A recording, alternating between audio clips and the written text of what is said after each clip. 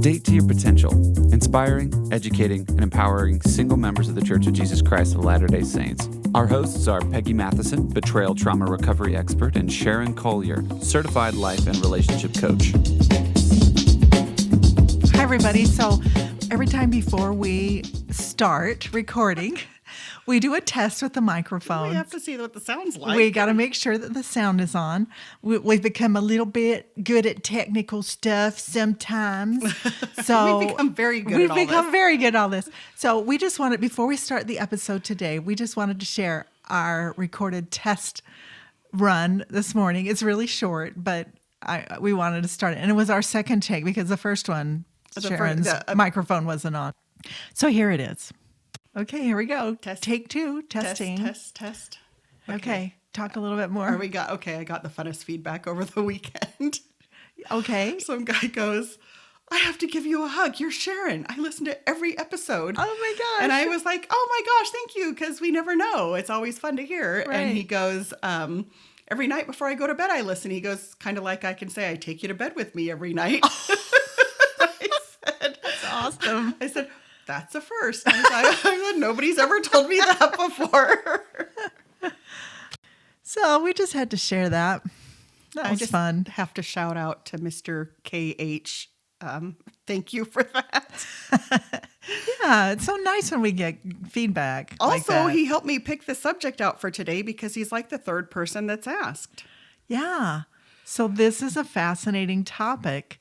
You know, dating hazards that lead to divorce. What a gold mine this can be. I can't wait to hear what you're going to say, Sharon. Well, okay. So people ask often if I can predict.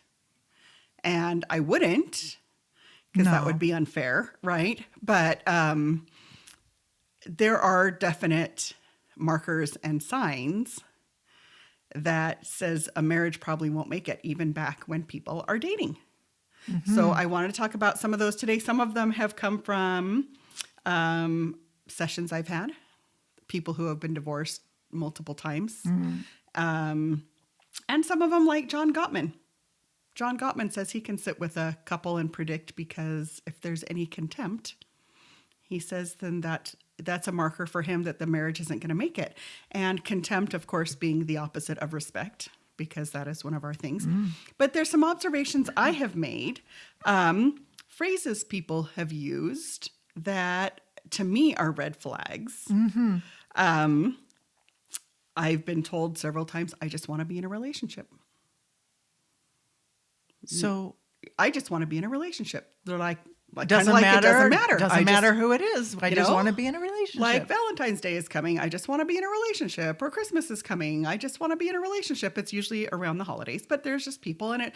To me, nobody wants to be desperate. Nobody wants to be told they're desperate, but this is desperation.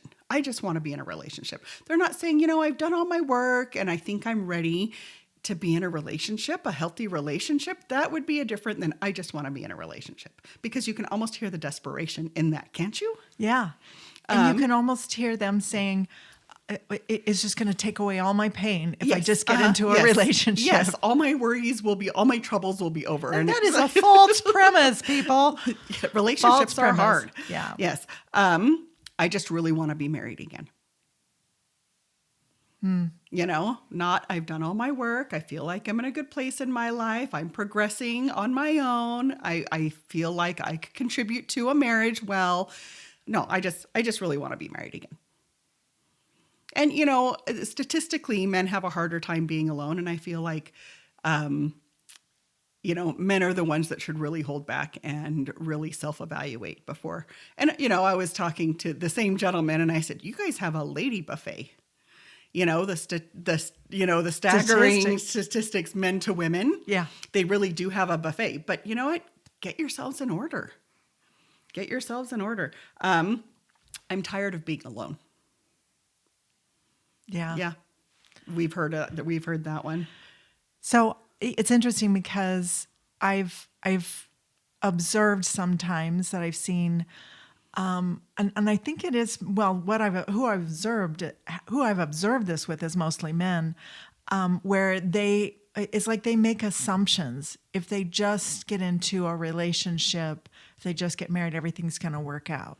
Yeah. And do you find that with like widowers or widows? Well, so, okay. Like if they've had a good relationship in the past, they just assume the next one's going to be okay without doing that much. And a lot of widows jump into really bad situations. A lot of widows and widowers. I've talked to several that jumped into another relation or another marriage.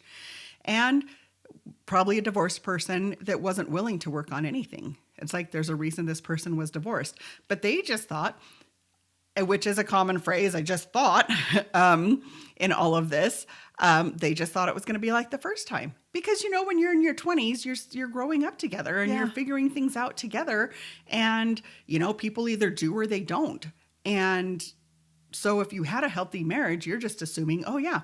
And I can talk to widows and widowers who had a healthy marriage before their spouse passed away, and their attitude toward marriage, their voice inflections toward marriage, all of it is so different than divorced. Interesting. Yeah. I think when you have a life experience that doesn't tell you anything else, yes, then it could be really easy to get into a bad situation without realizing it. Yes. So to open your eyes, to the possibility that there's a lot more going on here when you're dating someone who's maybe been divorced or never had the same experience that you've had.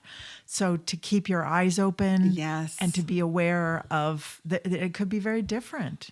Yeah. So a lot of widows and widowers are very appreciative that I talk about red flags in conferences when I speak at the conferences, because they're unaware. It's like, oh, I didn't realize there were so many hazards. There were so many things to look for. So there are, when we're in these situations, because we're all a little bruised and battered. Right. And so it's like, it's just, it's taking the bruises and the batterings and, learning from that and hopefully becoming a stronger person because of it. Yeah. And it's also just personality differences, recognizing that, whoa, somebody really does think so different than my previous spouse or than, and to look for those things too. It's not just red flags, but it's like compatibility stuff too. Yes. Oh, for sure. For sure. The last one I wanted to talk about was, I hear this a lot, we'll just figure it out after we're married. I hope they have a path already to figure it out before they get married. Well, and that's the thing. A lot of times when I talk to people, this is very important, people. It's when they start making out, the communication stops. This is one of my becoming like one of my grandest soapboxes. Kissing is different than making out, but once they start making out, it's like we're going to pretend we're on a date, we're going to go to dinner, and we're going to go somewhere and make out because we're in love and that's fun. And they start avoiding things. And most divorced couples can look back on their dating experience and say, that's when we stopped communicating. That's a really good point. Or two people who really want to get married, their focus is on getting married. So when you think about, because Peggy's recently married, from the time of engagement and planning the wedding, the whole focus, or most of the focus, is on the wedding, right? Once you become engaged. But people who are in this desperate state of mind who want to get married, their whole focus is on the marriage. I have to get married. And it's not about all the pieces that you have to put together along the way. And they miss things. Yeah. So before you get to the point where you're engaged, you want to have all the pieces in place to be able to work through whatever you need to work through in the marriage. Yes. And to be able to know that person and understand the compatibilities and all of that. That's what you're saying. Yes. And this is far more important than just focusing on getting married. Okay, if marriage is in my sights and if it's on my dream board, it's on my vision board, that's all they're focused on. And they lose track of the other things. Of the relationship. Yeah, of the relationship things. Mm-hmm. And they brush things under the rug. The rose-colored glasses stay on extra long because, they're going to be married. So go ahead. This is why I think it's so important to be self-aware. Yes. This is why you ask yourself the questions. Like if you do get in a situation where you are making out a lot and the communication stops, you need to be aware of the things the questions you have about something the other person did.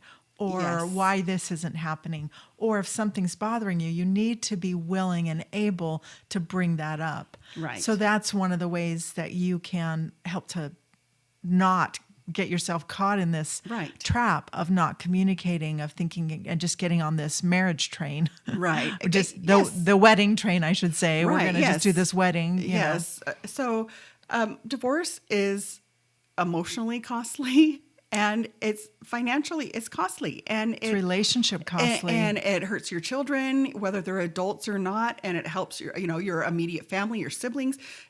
Divorce is hurtful to everybody. Like, we want to avoid divorce. And when you talk to people who have had multiple marriages, I always wonder, oh my gosh, I don't know how you get up in the morning to go on to date again, So I'm going to talk about some of the hazards that come along in no particular order, because I was just scribbling them out last night. Patterns of bad behavior. Once you have been in a situation where there has been bad behaviors, your brain actually makes a neural association between love and bad behaviors.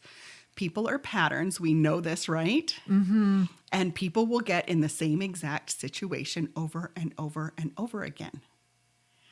And so I hear all the time, there's no good guys out there, or there's no good girls out there. And these people will date one bad person after another. And maybe not bad. Maybe they're just injured. And their injuries are making them behave badly, So right? you're talking about a pattern that's showing up with this person in their Yes. dating life. In their dating life, and it's one bad person after another. I did this. It's comfortable. Love is painful. It's just the way it is. And it's not a conscious thing. No, it's It not is a definitely conscious not thing. a conscious thing. And so I will tell people, when they've dated somebody good, they're like, oh my gosh, like this was a really good guy. I'm just really sad it didn't work out. It's like, okay, if you have turned a corner there, do not go back. You have dated a series of really unhealthy people, really toxic people, and you turn a corner and date somebody good and nice who wants to work things out, who's mature. You turn that corner and you stay there. And the thing is, Sharon, that it can be uncomfortable because it's new. Yes. So you need to be aware of that. Yes. When you're dating someone that's very different than your pattern in the past, and hopefully it's a healthy difference. Yes. You want to stay there, yes, but just be conscious that it may not feel as comfortable as the way things were in the past. Yes. Even though in the past it wasn't serving you well, you're changing patterns, and that's a good thing. Yes. Now, so much of this is not conscious. Yes. And so that's part of what I love to talk to people about, because I love to help them change from the unconscious level, because the work that I do taps into the unconscious so that you can change it there, and then it starts to show up differently. Yes. Like your relationships will start to show up differently. You'll start to show up differently. And it's just a really cool thing to be able to do that. But you can do that. Yes. And you can hit it from the conscious or the unconscious level, but you can Right. change patterns. I want you guys Yes. to know that. Well, I always talk about red flags and things, and people tend to ignore them, But it's funny. It's like we have this culture that it's like, oh, I can just paint over this. I can just pretend I have a happy life. If I paint a rainbow over the red flag, it's going to go away. It's gonna go away. Yeah. And it doesn't. But once we've turned that corner, I just want to say, once we've turned that corner, even if it's uncomfortable, the more good people you date, the more comfortable it's going to be. That's true. And you are going to find you have much better and happier dating experiences. Dating isn't going to be a chore. It's not going to be, I had another breakup. I have to find somebody else, And we've done several podcasts. Ask yourself why you're doing this, right? Why are you out there dating? Hopefully it's not just because you want to be in a relationship, And if you were in a healthier place, you're honestly going to attract healthier people, right? So we don't want to get into these patterns of bad behaviors, right? Okay. I hear this a lot. In divorce situations, low emotional intelligence. Someone who is unwilling to work on things, who is just really stubborn. They're unwilling to resolve conflict. They'd rather just brush it under the rug. Well, today's a new day. That was yesterday. Move forward. They maybe fighting is their normal. They can't control their temper.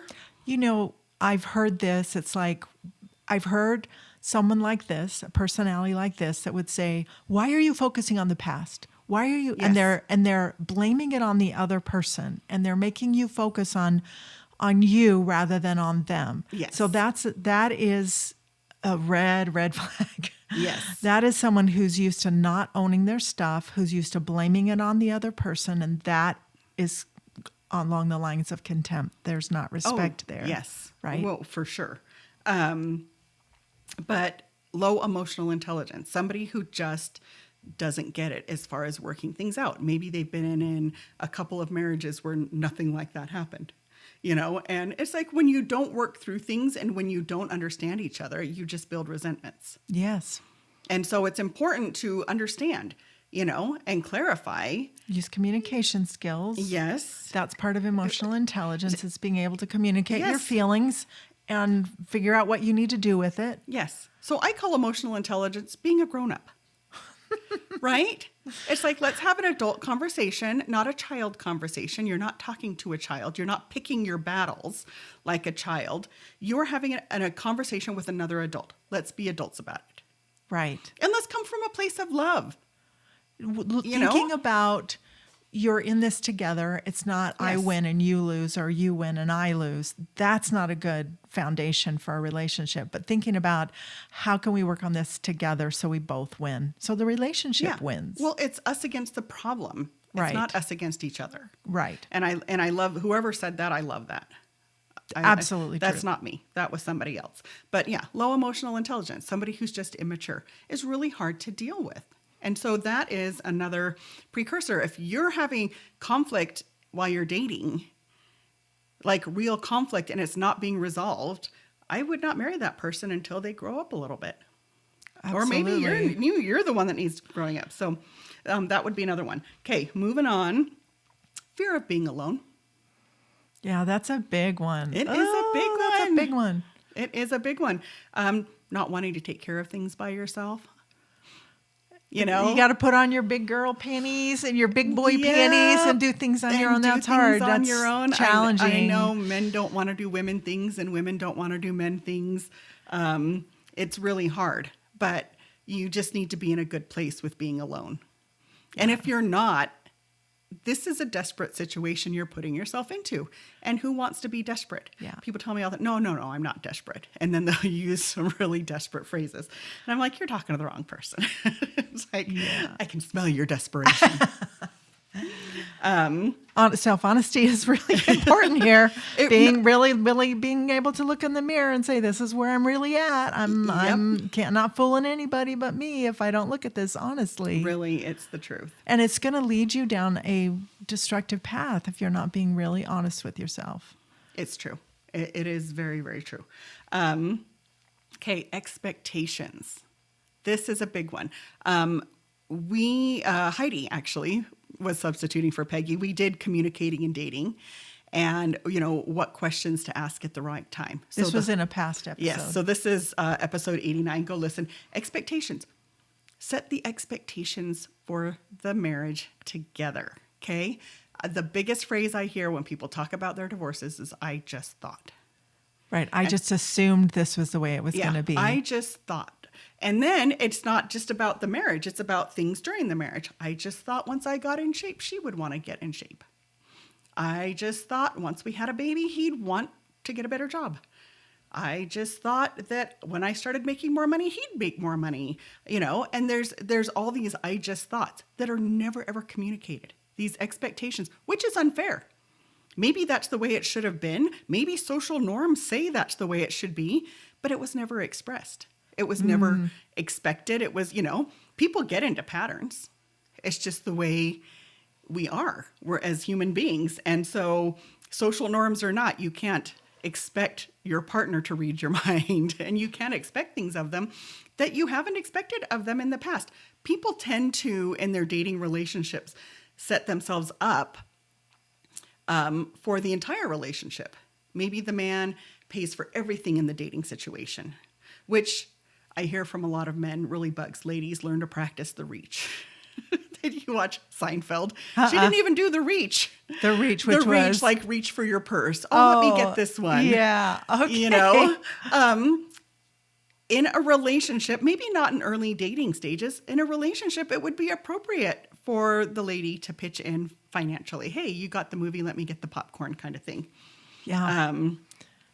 But that needs to be set up dating. Communicated. Communicated. It's like, okay, so I've set up in our dating situation, I'm going to pay for everything. I'm going to do all your car repairs. I'm going to do this and this and this, and never expecting anything in return, or never even noticing that the relationship maybe not be reciprocal. And then they get into this marriage and they're like, I get nothing in return. I don't get even a thank you. And it's like, well, you never have. You've kind of set yourself up for this. So I'm going to put that under the expectations part of this. Mm-hmm. It's such a big deal. Yeah. Okay. Low self-esteem. People with low self-esteem tend to look for validation. And they will take crumbs of validation in a relationship instead of eating that whole yummy cake, right? Mm-hmm. So make sure your self-esteem is above water, right? It's not in the tank. That can cause a lot of problems. Yes. And a lot of people get into bad marriages and make decisions about themselves. And that's where it comes from. Maybe they had a great childhood and, or maybe they did have childhood trauma. You don't know. But make sure you have some self-love enough to know that you deserve better than what you're getting. We tend to settle. We tend to really settle. That self-love we've talked about multiple times before in other episodes, but very critical that you are solid in who you are, that you love yourself, that you take care of yourself, that you respect yourself. Yes. Because what you do for yourself is going to come back to you in your relationships. Yes, for sure. So yeah, it's the idea that I'd rather have somebody broken than nobody at all. Nope. Just don't do it. Childhood traumas.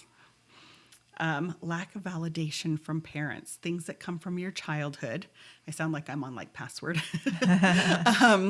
Those can kill all your relationships, really. And if you don't resolve those, you're looking, I don't have daddy issues. I have mommy issues. So I don't struggle with my relationships with my male friends.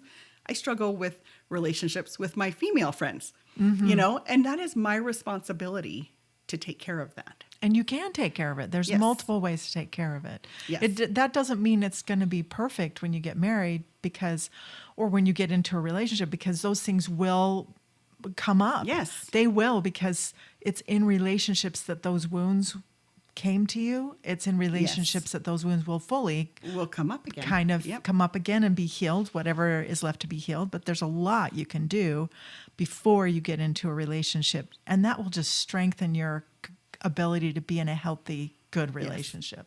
Yes. And just FYI, Peggy's been helping me with my mommy issues. Peggy's like, I already know about her mommy issues.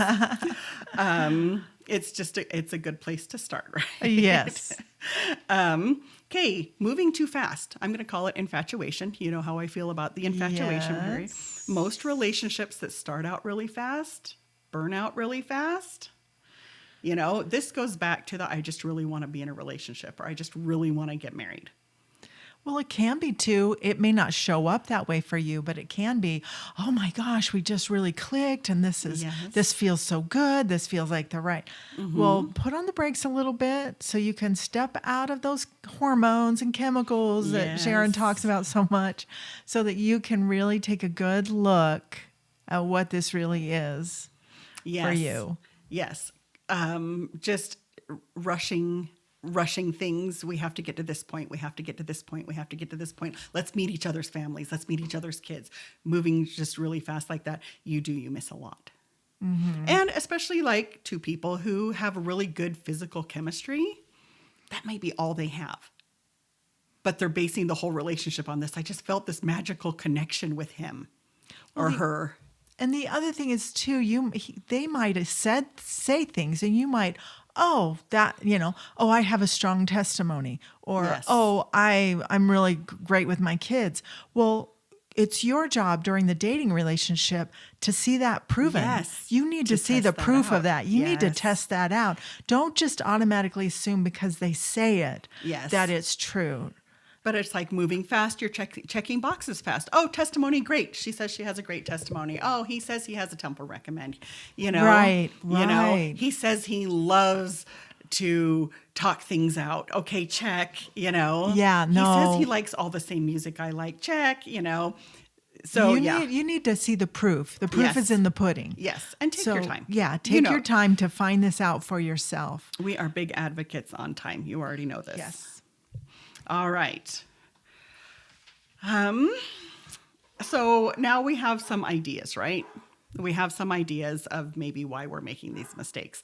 So I wanted to talk about things you can, because, we want to ask questions and we want to be inquisitive of the other person. But what are things we can ask ourselves about them? Okay. Good point. Right. Let's talk about this. What makes them a good person? We want to marry a good person, right? Yeah, what kinds of things do they do? And maybe not the outward, they're at every service project. What other good qualities do they have? Are they compassionate? Are they sweet? They're kind. You want several things in there of why they're a good person. Not their potential. I hear that a lot. Right. Oh, this guy's potential or this girl's potential is spot on. I just know. It's like, no, you have no crystal ball. You do not know anything.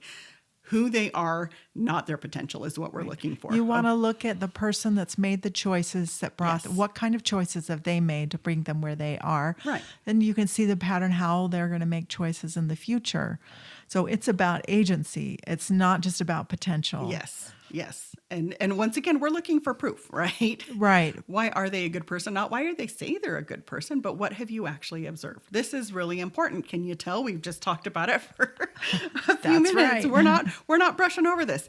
Okay. What are their, I'm going to call them shortcomings. What are their shortcomings that might affect the relationship? Okay. And can you handle that? And does the good outweigh the bad? Because we all have them. We're all imperfect. Right. What are their imperfections? Is it going to affect the relationship? Is it going to affect the relationship with your family, your children? How does that all pan out? And I think about this like, what's my stuff? And I see your shortcomings.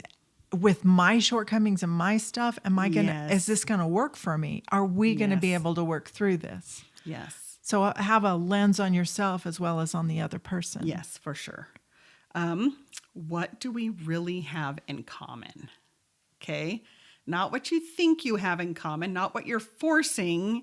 Of course, everybody eats and drinks and sleeps every day. Right. You have to have more in common than the gospel. Yes. You have to have more absolutely. in common than the gospel. The gospel is good glue, but it's not all the glue No. that's going to hold that relationship together. So make sure that you really, do you have the same taste in music? Do you both love dancing? Do you love to go hiking? What are your hobbies? What are you going to do for fun together? What are those things in common? Is one person an adventurer and one person a homebody? What do you really have in common? Not what you're forcing to have in common because you really want to marry this person or you really want to get married, but what do you really have in common? Okay, what do you admire about them? So I ask this question a lot and people usually go, what do you mean? I'm going to say 9 out of 10 people will say, well, what do you mean? What do you mean? It's like, what do you admire about this person? A lot of times, I get this with the it guy widow, a new widower, not widow, widower will come on the scene. And it's like, I've had this impression, Heavenly Father gave me this impression I'm supposed to marry him. And it's like, oh, really? Well, what do you admire about him? What do you like about him? Oh, he's just a really good person. No. What do you admire? So some people can go, oh, I love that he's funny. I love that he's intelligent. I love that. Okay, this is what you want. Okay, you want the list. What do you admire about them? Oh, they have a good work ethic. Okay, that's a good start. What else? What do you mean? So you want to have this list of qualities. If you do not have this list of qualities front and center in your brain, there is a problem. So make sure you know what you admire about the person that you are supposedly in love with. Okay. Make sure it's more than just one thing. Yes, you're not in love with love. You're in love with them, right? Okay. How do our goals for the future align? This is more compatibility stuff, right? Mm-hmm. Okay. I'm big on the list. Everybody knows I'm big on the list. If you haven't listened to before, the list is all the qualities you want in your future person, your future spouse. Okay. The negotiables, the non-negotiables. It is so important you have the list. You have those goals. Yes. You have a vision for the future and Yes. how you want things to be in that relationship. If you want to remarry, you want the list. Okay. Use it as a vision board. This is what I'm going to attract, and make sure that you're on the list, that you have all those qualities that you're asking That's for. absolutely true. Because yeah. then you're going to more easily attract them, right? But how do they compare to the list? And I put a little note that said, better be a lot, right? Right. It better be most everything. Right. And hopefully they have more qualities than you have on the list that you were like, I never even thought of that, but woohoo, I get that. Okay, how do they show up in difficult times? This is big. Big. This is big. Because stress, and so many of us already know this, maybe you haven't thought of it in terms of stress, but when stress hits, what happens to that person? Yes. I've seen in my coaching and healing work that I've done, I've seen, particularly with men, I don't know, this is just what I've seen. I'm not saying this is statistically or anything, but I've seen men, when they lose their mother, some of them go off the rails. Yes. So how do they handle stress? How have they handled those things in their life before? That's something you might want to find out. And how are they handling it right now? Yeah. Yeah. Well, okay, difficult times. Maybe you're sick. Maybe you're sick for a month. How do they respond? How do they respond? Are they tired of you being sick? Are they supportive? Are they, bringing you soup? Are they avoiding you? This goes for men and women, right? How do they show up in difficult times? You lose your parent. How do they show up for you? You're going through a difficult thing with your child. It has nothing to do with them. How do they show up? You need to see how they're going to show up in difficult times. Yes. Okay. How excited are you about your future with them?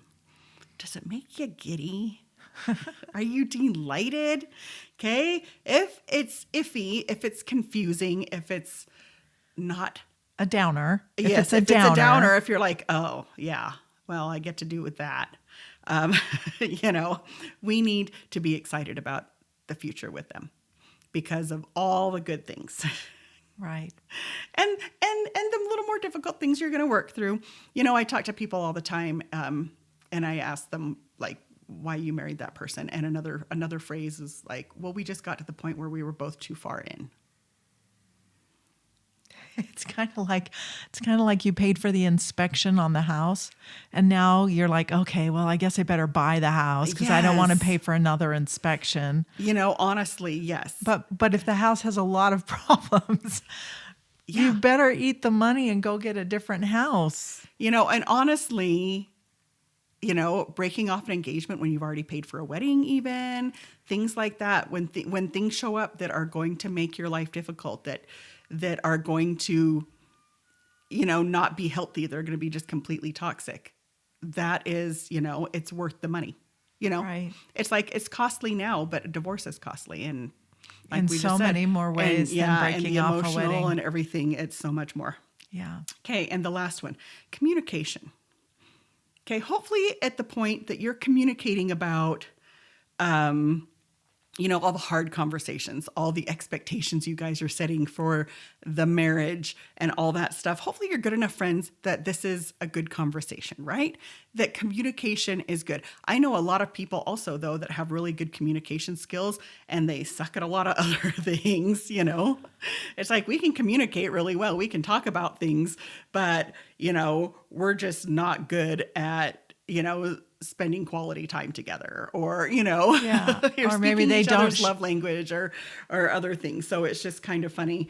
But make sure that you are good communicators and that you're not sitting in fear, that you're not afraid to communicate something because, once again, somebody's emotionally unintelligent, that they're not emotionally there for you. They're not able Yeah. to do that. Or they're just going to give you pushback. Right. Why are you bringing this up? Why are you starting Or a they fight? refuse to do that. Right. Yeah.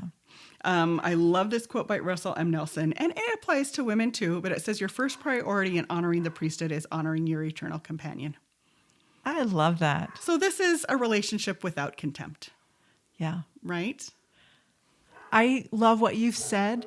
I think there's, you don't just take one thing that what we've talked about today and think that's it, because I can piece out any number of these things that we've talked about today, and you might find one thing that really you go, oh, that's great. And then you base the whole relationship on that, but it Yes. needs to be a whole picture. It does. It needs to be all the elements. And of course, follow the Spirit. Of course, be asking questions, be inquiring of Heavenly Father. If you're saying, your time. yeah, take your time, and you say, there's some pieces that aren't in place. What do I need to do with this? Yes. Or what can I do with this?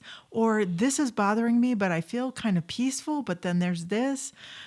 Just keep asking questions and getting the answers you need. I mean, dating is exploring. It's Yes. finding out about other people and about yourself. And this should be fun. And it should be fun. And exciting. Yeah. And there's going to be times when it's not, but overall, Right. you want it to be that kind of an experience for yourself. And if you're, like Sharon said at the beginning, if you're saying all the guys are this way or all the girls this way, I never get that, or it's always, Yes. you might want to step back and look at what you're bringing to the table Yes. and how you can change it and the patterns that you're showing. Yes, for sure. All right. This has been great. Thanks, Sharon. You're welcome. And we'll talk to you guys later. Bye. Bye-bye.